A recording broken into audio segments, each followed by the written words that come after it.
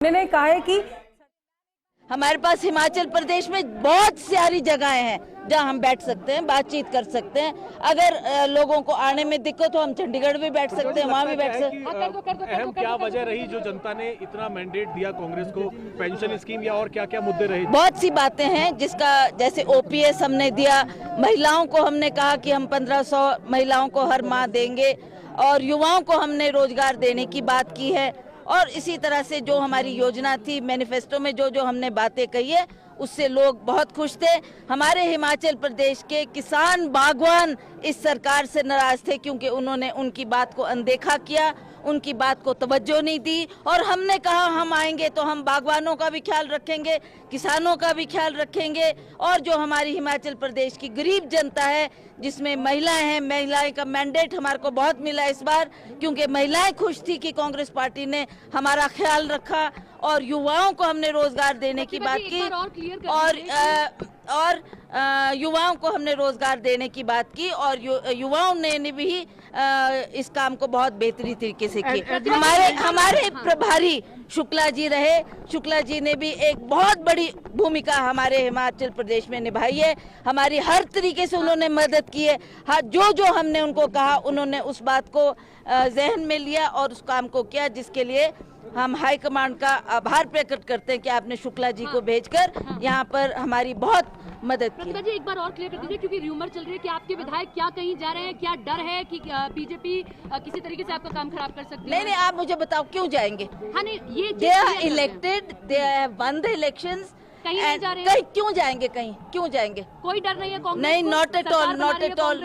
ये anti defection में आ जाएगा, दोबारा इलेक्शन करना पड़ेगा। They also know this, so they will not do it, they will not do it.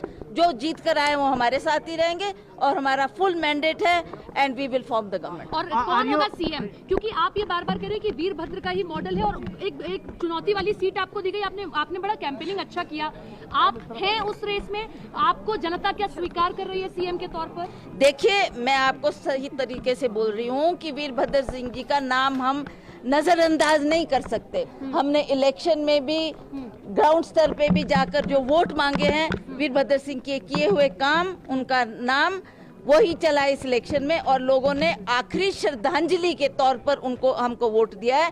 इस बात को हम निगलेक्ट नहीं कर सकते। जहां तक सीएम की बात है, that is for the high command. Thank you. Pratibha Singh ji को आप सुन रहे हैं? ऑब्वियसली वीरभद्र सिंह जी भी यही करते थे, जो कहते थे उसको करके दिखाते थे, तो हमने भी उसी राह पे चलना है। एक आखिरी सवाल मैम, जब हम देख रहे हैं कांग्रेस सब जगह निराशाजनक थी, आपने हिमाचल में वो करिश्मा करके दिखाया, तो किस तरीके से दिख रहे हैं यहाँ कांग्रेस की जीत, या वीरभद्र नाम आगे चला, या आपका काम? बस एक नहीं, उसमें सभी कुछ सम्मिलित है।